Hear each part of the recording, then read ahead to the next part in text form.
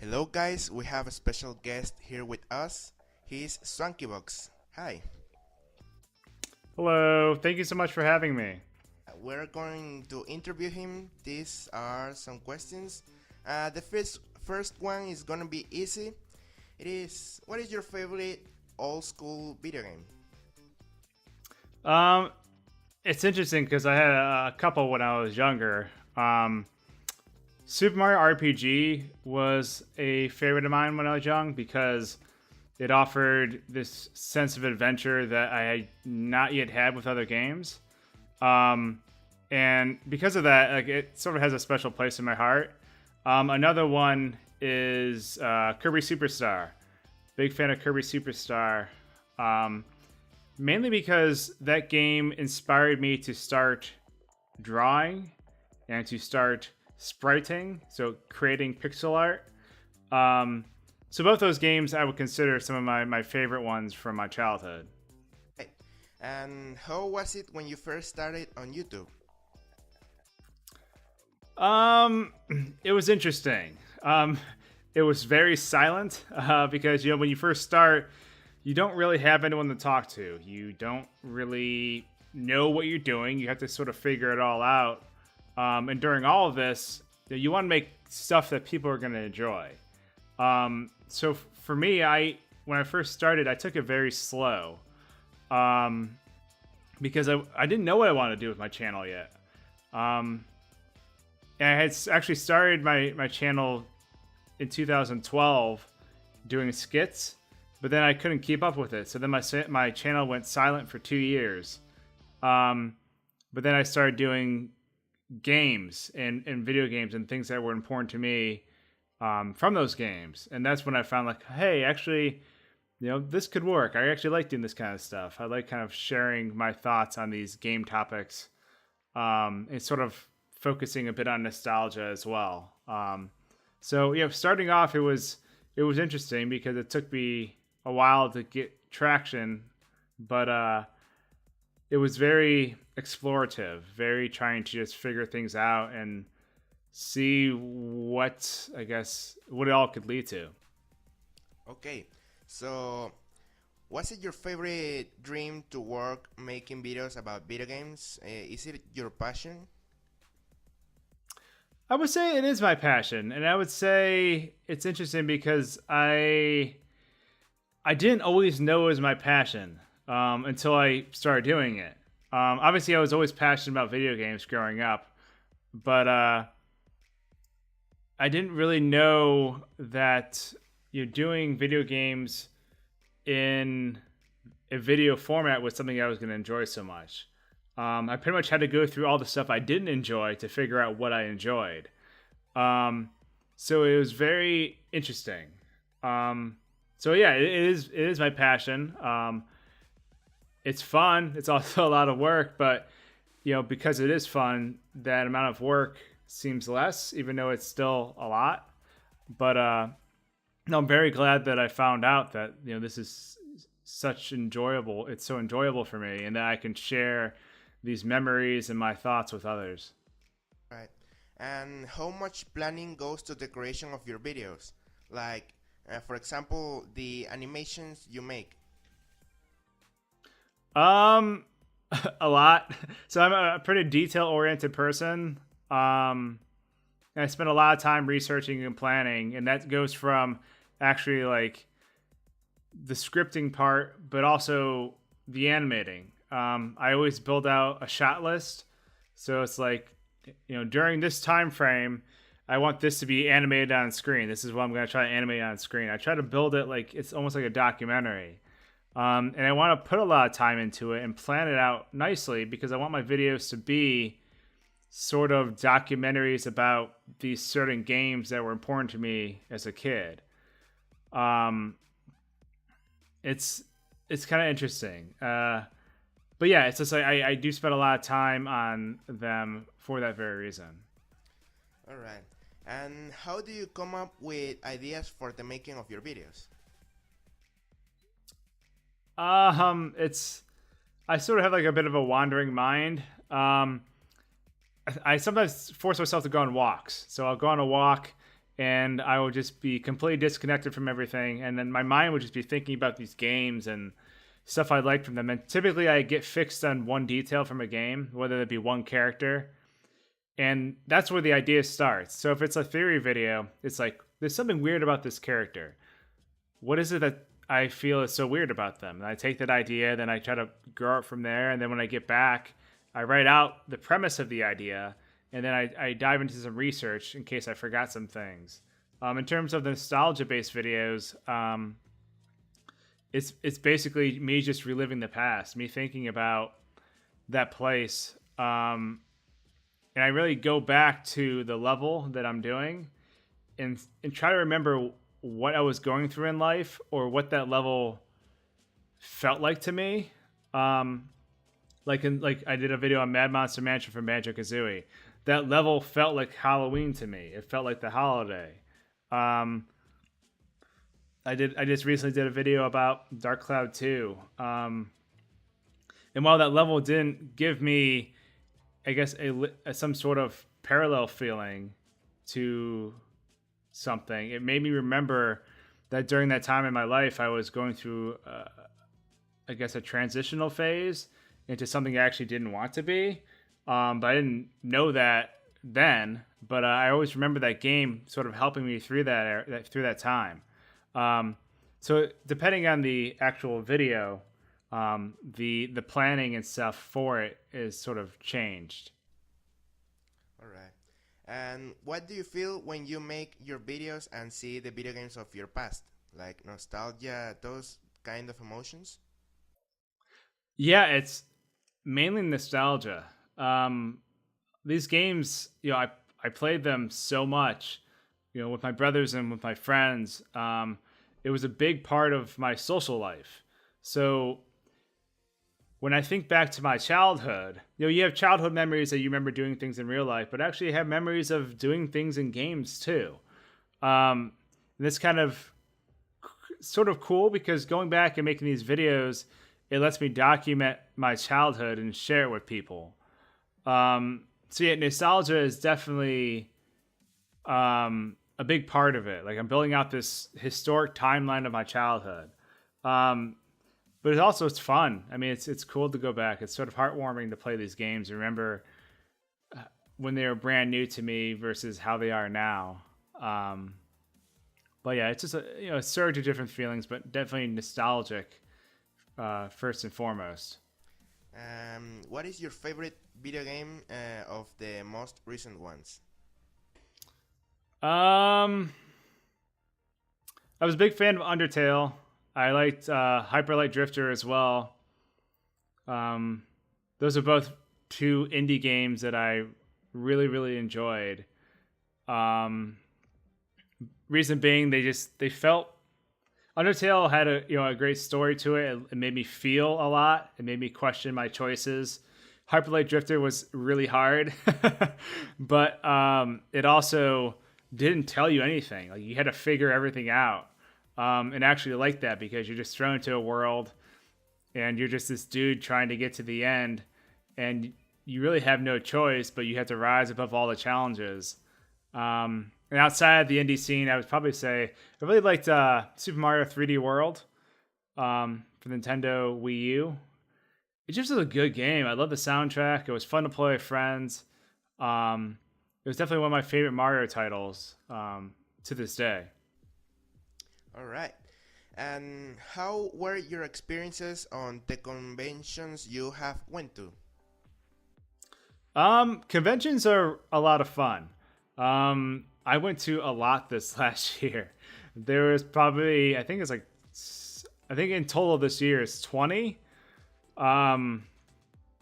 They always, sometimes you go there, sometimes you present. Like I like to talk to people in front of an audience and I present my game topics. Or I do a Q&A about YouTube, or talk about storytelling in video games. And then sometimes you just go to have fun and to meet people. So it's interesting because sometimes I'm the one giving the talk, and sometimes I'm in the audience. And that mixture of the two is pretty cool. And then outside of that, then meeting fans in real life, meeting people who you can talk to about these games, and they understand and they want to contribute back. that is such a cool feeling. That's why I push so hard to go to all these conventions, because it is something unique about it. Something unique that you don't really get through just videos alone. Because the thing is, everyone online, they just text. I put a video out there, I hear the responses in the comment section, but there's also a chance I don't see the response. Whereas at conventions, it's a much smaller group of people. I can actually have one-on-one conversations with these people and kind of build that relationship, and it's really, really cool. All right. And how do you make your theories, and how lengthy are your researches?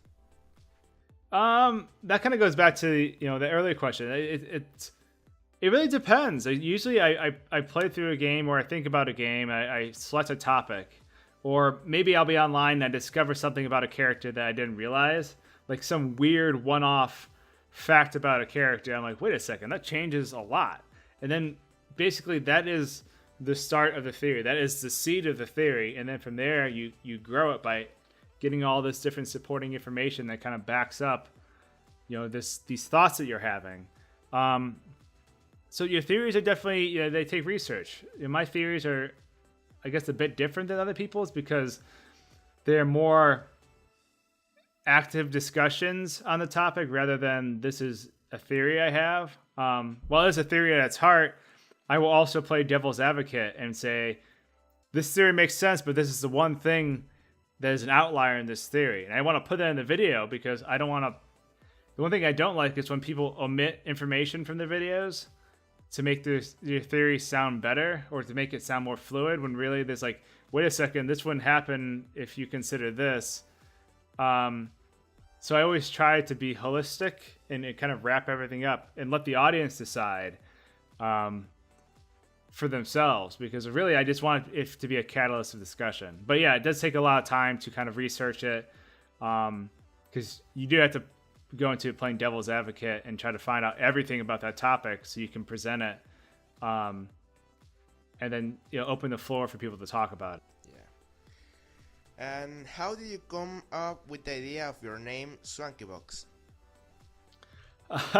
SwankyBox is interesting because, first and foremost, coming up with a name is super difficult. I struggled with it for a long time. When I first started, I was having issues trying to find a name, because I would think of a name like, oh, that's a good name to use, and then it would work on YouTube, but then I go to Twitter, I go to something else, and then all the names for that specific name would be taken. But I knew I wanted a container of some kind. That's where the box comes in. I wanted this box of some sort where I want it to be a box full of cool stuff. And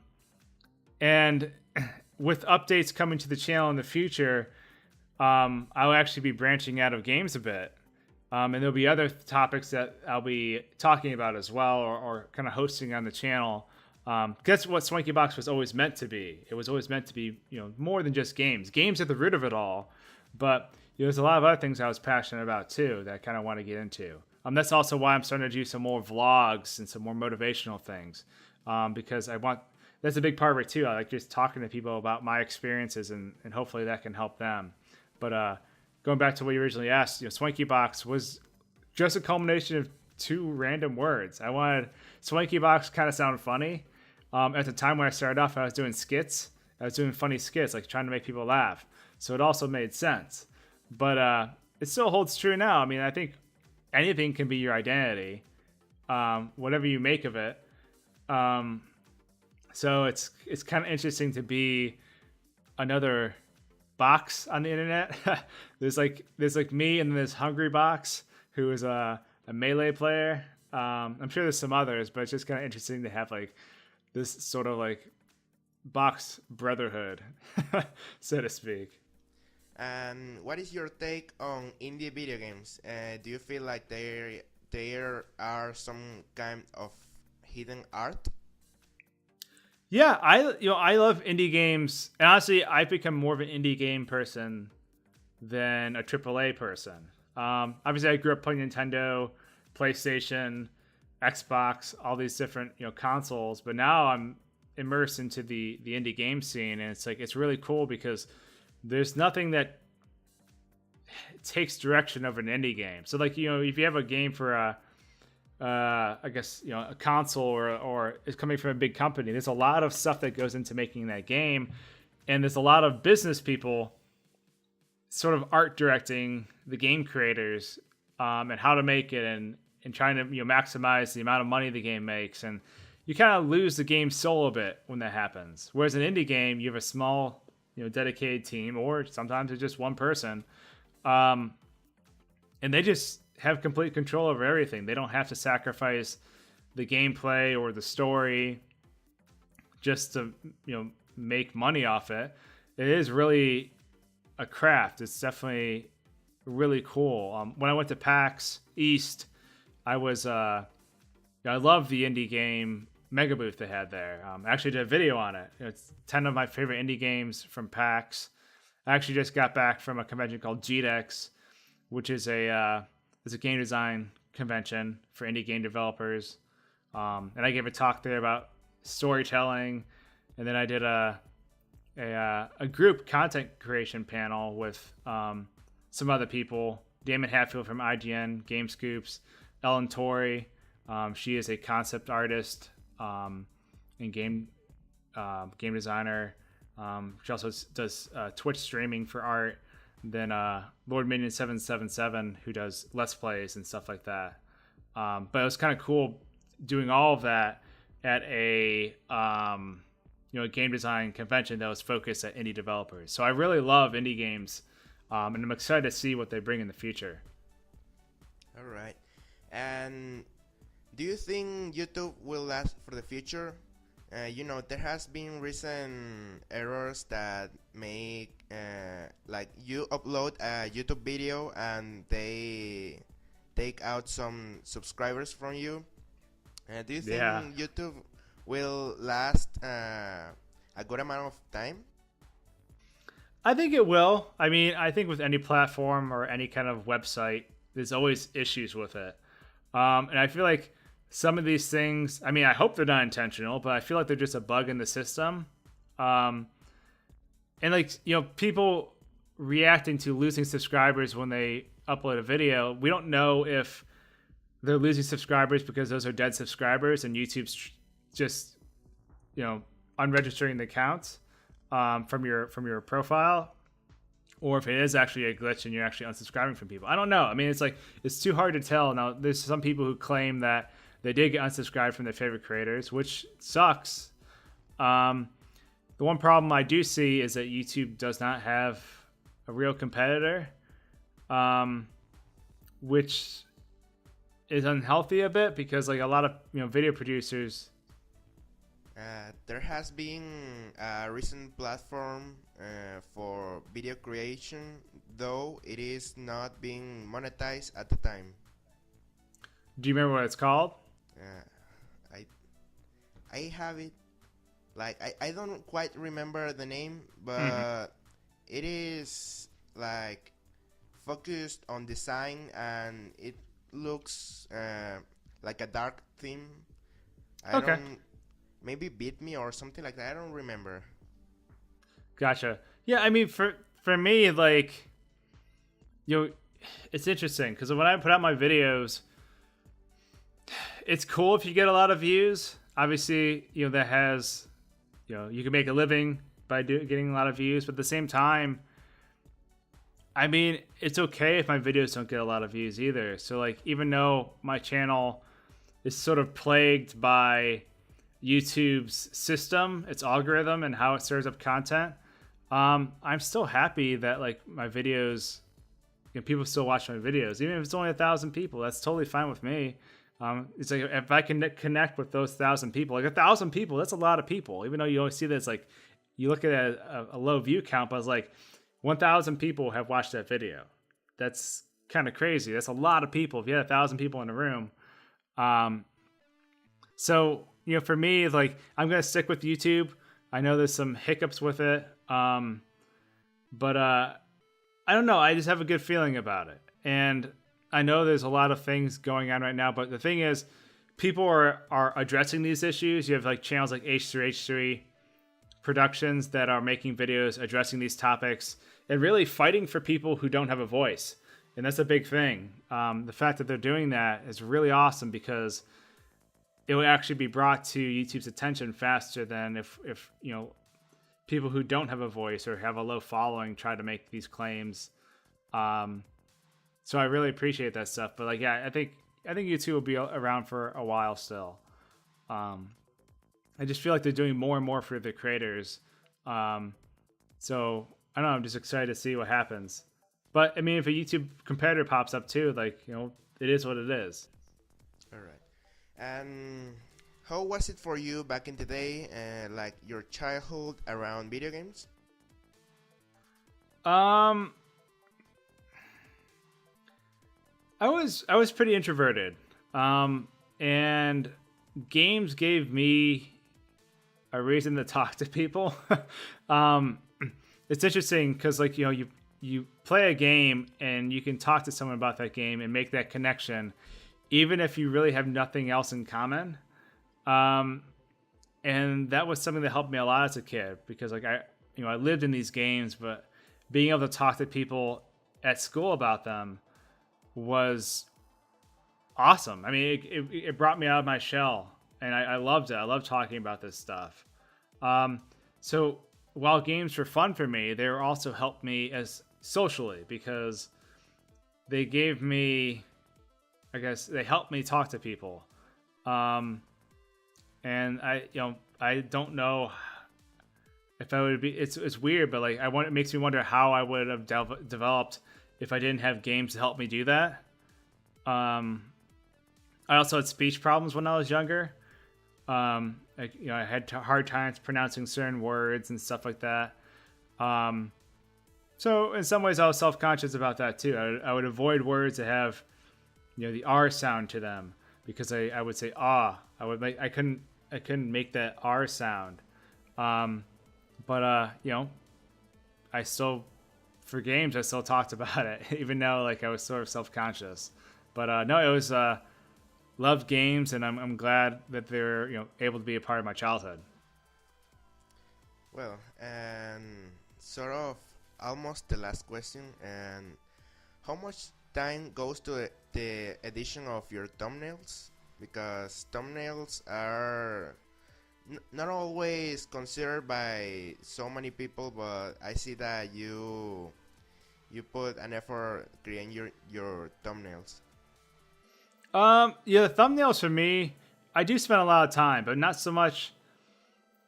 It's interesting because I want them to be visually appealing, but I also want them to look like they all go to the same channel. But they're also an experiment because, thumbnails, you have to think about it in a lot of different ways. It's like you want them to be exciting. You want people to click on them because they look visually appealing, but they also have to make sense for a mobile device. So if it's shrunken down to really small, does that thumbnail still do the video justice? And I had this problem earlier on with my channel where I made these very, basically I had a thumbnail and how it was, the image was on top and had a white bar on the bottom that had my logo and the name of the video. And my logo being on the bottom left corner and being that orange color it is, made it look like it was a YouTube advertisement, like an ad on YouTube. And so many people told me, like, why do your thumbnails look like ads? Why do they look like ads? I'm like, I don't get what you're talking about. Then someone's like, yeah, it looks like how ads look on the iPhone or on Android devices or something. I was like, that's interesting. I would have never known that unless someone told me. So my thumbnails have always been I guess a continuous process. They're always adapting. Just recently I started, I had, for my mystery videos, it used to be an orange magnifying glass, and now it's an orange magnifying glass without the glass part because you couldn't always tell what it was when it was shrunken down. And then that top left image, that little icon, now I shrunk that more so I could have more title room. So I do spend a lot of time because I want people to click into it, but I also don't want it to be clickbaity. I just want when I don't want to have.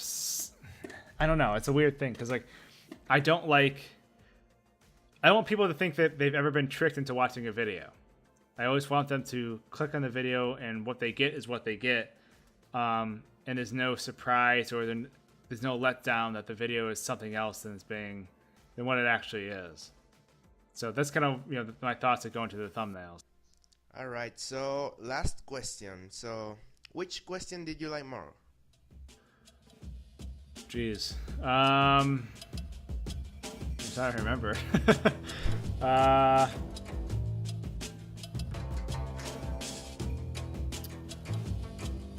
Probably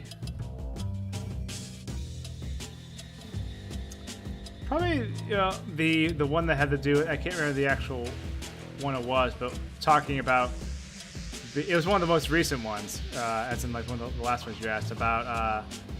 Sort of being games giving me a purpose, like how games were for me when I was younger, and kind of giving me a purpose to talk to people, because I think that question made me realize how much that statement is actually true, and I never really thought about that. I mean, I had before, but not, I guess, in the same way. So yeah, I think that was a good question. Alright, so thank you, SwankyBox, for being here with us. Yeah, thank you so much for having me. It was a pleasure. Like I said, I just love talking to people who have similar passions, and overall, no, thank you. These are very good questions too. Alright, thank you. Alright, take care. Alright guys, thank you for watching this video. Don't forget to go to SwankyBox channel if you want to see more of his content, and also don't forget to hit that bell notification thingy. It really helps me, and it really helps you watch my content when it's out. And also don't forget to hit that like button and comment down below which YouTuber you want me to interview next. Thank you guys, you're awesome.